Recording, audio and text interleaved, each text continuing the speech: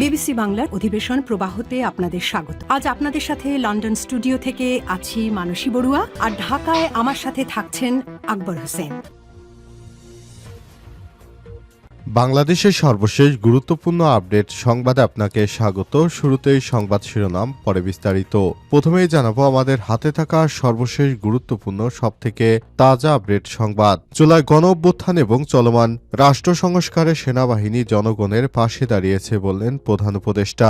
দেশের স্বাধীনতা এবং সার্বভৌমত্ব রক্ষার পাশাপাশি জুলাই গণ অভ্যুত্থানে দেশের জনগণের পাশে দাঁড়িয়েছে সশস্ত্র বাহিনীর সদস্যরা নিজেদের দেশপ্রেমের পরিচয় দিয়েছেন বলে মন্তব্য করেছেন অন্তর্বর্তীকালীন সরকারের প্রধান উপদেষ্টা। তিনি বলেন, আগামী নির্বাচনে সশস্ত্র বাহিনী আরও নিরলসভাবে কাজ করে যাবে।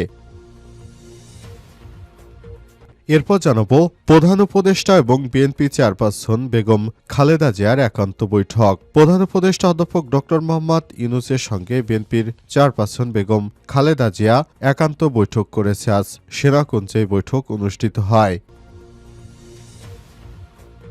এদিকে কিবরিয়া হত্যার ঘটনায় আটক ব্যক্তির মৃত্যু প্রসঙ্গে ডিএমপির ব্যাখ্যা।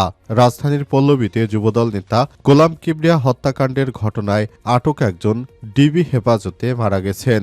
এই ঘটনায় ব্যাখ্যা দিয়েছে ঢাকা মেট্রোপলিটন পুলিশ ডিএমপির পক্ষ থেকে বিষয়টি নিশ্চিত করা হয়েছে এবং ব্যাখ্যা দেওয়া হয়েছে। এবারে জানাবো ঢাকার পুরনো ভবনগুলো 90% বিল্ডিং কোড মানে না বললেন উপদেষ্টা রিজওয়ানা। ঢাকার পুরনো ভবনগুলো প্রায় 90% বিল্ডিং কোড না মেনে নির্মিত হয়েছে, তাই বড় ধরনের ভূমিকম্প হলে দেশের উপর আরও ভয়াবহ বিপর্যয় নেমে আসতে পারে। তাই তিনি সবাইকে সতর্ক করে বলেছেন, বিল্ডিং তৈরি করার ক্ষেত্রে সবাইকে বিল্ডিং কোড মেনে চলতে হবে, যাতে করে নতুন করে আর দেশের মধ্যে কোনো ধরনের দুর্ঘটনা না ঘটে। এবং সর্বশেষ জানাবো দুবাই এয়ার শোতে ভারতের যুদ্ধবিমান বিধ্বস্ত, পাইলট নিহত। সংযুক্ত আরব আমিরাত ইউএতে ভারতের তেজস যুদ্ধবিমান বিধ্বস্ত হয়েছে। এতে বিমানটির পাইলট নিহত হয়েছে। দুবাইয়ের এয়ার শোতে প্রদর্শনী উড্ডয়নের সময় যুদ্ধবিমানটি বিধ্বস্ত হয়। এতে করে ভারতের নিজস্ব প্রযুক্তিতে তৈরি তেজস যুদ্ধবিমানের শেয়ার মার্কেট আরও অনেক অংশে কমে গেল। এখন আর এই তেজস যুদ্ধবিমান কেউ কিনতে চাইবে না, কারণ এই বিমানটি তার শেয়ার বাজারে ব্যাপক ধসের মুখে পড়তে চলেছে ভারত। প্রিয় দর্শক, এতক্ষণ শুনছিলেন সংবাদ শিরোনাম, এবারে বিস্তারিত। তবে তার আগে বন্ধুরা অনুরোধ থাকবে, এই সংবাদটিতে একটি লাইক দিন।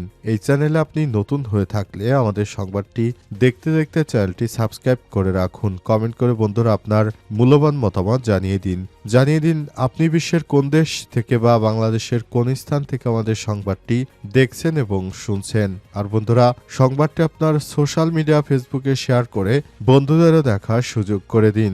গাজা যুদ্ধে আপনি যদি নিরীহ ফিলিস্তিনিদের ভালোবেসে থাকেন, কমেন্টে ইয়েস লিখে বিশ্ববাসীকে জানিয়ে দিন। এবারে বিস্তারিত। জুলাই গণ অভ্যুত্থান এবং চলমান সংস্কারে সেনাবাহিনী জনগণের পাশে দাঁড়িয়েছে বললেন প্রধান উপদেষ্টা। দেশের স্বাধীনতা এবং সার্বভৌমত্ব রক্ষার পাশাপাশি জুলাই গণ অভ্যুত্থানে জনগণের পাশে দাঁড়িয়েছে সশস্ত্র বাহিনীর সদস্যরা নিজেদের দেশপ্রেমের পরিচয় দিয়েছে বলে মন্তব্য করেছেন প্রধান উপদেষ্টা অধ্যাপক ড মোহাম্মদ ইউনূস। সশস্ত্র বাহিনী দিবস উপলক্ষে সেনাকুঞ্জে আয়োজিত অনুষ্ঠানে তিনি এসব কথা বলেছেন। প্রধান উপদেষ্টা বলেন, স্বাধীনতা এবং সার্বভৌমত্ব রক্ষায় সেনাবাহিনী, নৌবাহিনী ও বিমান বাহিনী বাংলাদেশে সবথেকে বড় গুরুত্বপূর্ণ ভূমিকা রেখে যাচ্ছে।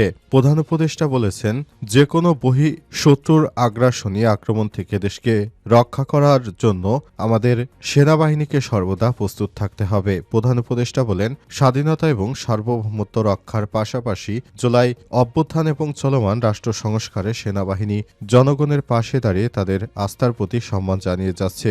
শান্তিপ্রিয় জাতি হিসেবে বন্ধু রাষ্ট্রের সঙ্গে সম্মানজনক বৈশ্বিক সহাবস্থানে বিশ্বাসী আমরা। তবে যে কোনো বহিঃশত্রুর আগ্রাসনী আক্রমণ থেকে দেশকে রক্ষা করার জন্য আমরা সদা প্রস্তুত থাকব। নির্বাচন আনন্দ ও উৎসব মুখর করতে সবাইকে মিলিতভাবে চেষ্টা চালানোর আহ্বান জানিয়ে অধ্যাপক ড ইউনূস বলেছেন, দেশের গণতান্ত্রিক উত্তরণে আগামী নির্বাচন গুরুত্বপূর্ণ, এই নির্বাচনে সশস্ত্র বাহিনীকে গুরুত্বপূর্ণ ভূমিকা পালন করতে হবে। এই নির্বাচনের মাধ্যমে আমরা নতুন বাংলাদেশের পথে যাত্রা করব। এক্ষেত্রে সশস্ত্র বাহিনীর উন্নয়ন ও দক্ষতা বাড়ানোর উপর গুরুত্ব আরোপ করেন প্রধান উপদেষ্টা। তিনি বলেন, সশস্ত্র বাহিনীর উন্নয়ন দরকার। ফ্যাসিস্ট আমলে দক্ষতা উন্নয়ন ও সমতা বৃদ্ধি হয়নি। অন্তর্বর্তীকালীন সরকার এ বিষয়ে কাজ করে যাচ্ছে। আমাদের পদক্ষেপ দেশের প্রতিরক্ষা সক্ষমতা আরও বৃদ্ধি করতে হবে। প্রধান উপদেষ্টা এবং বিএনপি চেয়ারপারসনের একান্ত বৈঠক। প্রধান উপদেষ্টা অধ্যাপক ডক্টর ইউনূসের সঙ্গে বিএনপি চেয়ারপারসন বেগম খালেদা জিয়ার একান্ত বৈঠক অনুষ্ঠিত হয়েছে। আজ ঢাকা সেনানিবাসে সেনাকুঞ্জে এই বৈঠক অনুষ্ঠিত হয়। প্রধান উপদেষ্টা এ সময় সাবেক প্রধানমন্ত্রী বেগম খালেদা জিয়ার বর্তমান শারীরিক অবস্থার খোঁজখবর নেন এবং তার সুস্থতা কামনা করেছেন।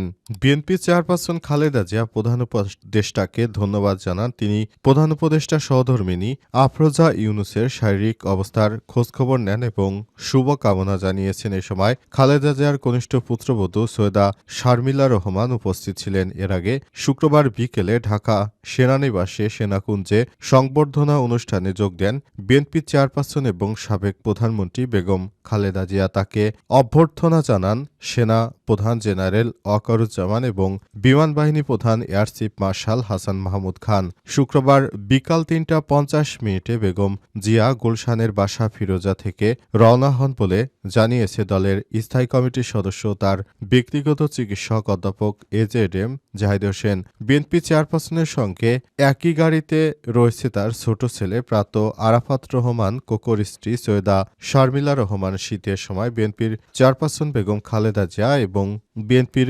নেতৃত্ববৃন্দরা তারা সালাম জানিয়েছে সেনাবাহিনী, বিমান বাহিনী ও অন্যান্য সশস্ত্র বাহিনীর সদস্যদেরকে। ইতিমধ্যেই এই ভিডিওটি সামাজিক যোগাযোগ মাধ্যমে ভাইরাল হয়েছে। অবস্থায় অন্তর্বর্তীকালীন সরকার প্রধান উপদেষ্টা ডক্টর মোহাম্মদ ইউনূসের আমন্ত্রণে সব বাহিনীর প্রধানেরা সেখানে উপস্থিত ছিলেন এবং ডক্টর ইউনূসের সঙ্গে সেখানে কথা বলেছেন বিএনপি চেয়ারপারসন বেগম খালেদা জিয়া।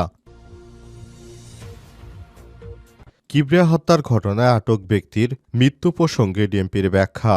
রাজধানীর পল্লবীতে যুবদল নেতা গোলাম কিবরিয়া হত্যাকাণ্ডের ঘটনায় আটক একজন ডিবি হেফাজতে মৃত্যুর বিষয়ে ব্যাখ্যা দিয়েছে ঢাকা মহানগর মেট্রোপলিটন পুলিশ ডিএমপি। শনিবার এক বিজ্ঞপ্তিতে এ বিষয়ে ব্যাখ্যা দেয় ডিএমপির মিডিয়া অ্যান্ড পাবলিক রিলেশনস বিভাগের উপপুলিশ কমিশনার মোহাম্মদ তালেবুর রহমান সই করা ওই বিজ্ঞপ্তিতে বলা হয়েছে, গত সোমবার ১৭ নভেম্বর রাজধানীর পল্লবীতে কয়েকজন অস্ত্রধারী এলোপাতাড়ি গুলিতে গোলাম কিবরিয়া নামে এক ব্যক্তি নিহত হয়। ঘটনায় ৫ জন এজাহার নামীয় এবং অজ্ঞাতনামা ৭ থেকে ৮ জনকে আসামি করে নিহতের স্ত্রী বাদী হয়ে পল্লবী থানায় একটি হত্যা মামলা দায়ের করেছেন। পরবর্তী সুষ্ঠু তদন্ত এবং জড়িতদের দ্রুত গ্রেপ্তারের লক্ষ্যে মামলাটি ডিবিতে হস্তান্তর করা হয়। এর পরিপ্রেক্ষিতে বৃহস্পতিবার ২০ নভেম্বর শরীয়তপুরে বিভিন্ন স্থানে অভিযান চালিয়ে ঘটনার সঙ্গে জড়িত নজরুল মাসুম জামান নামে ৩ জনকে গ্রেপ্তার করা হয়েছে। পরে গ্রেপ্তারের ঘটনায় জড়িত থাকার কথা প্রাথমিকভাবে স্বীকার করে এবং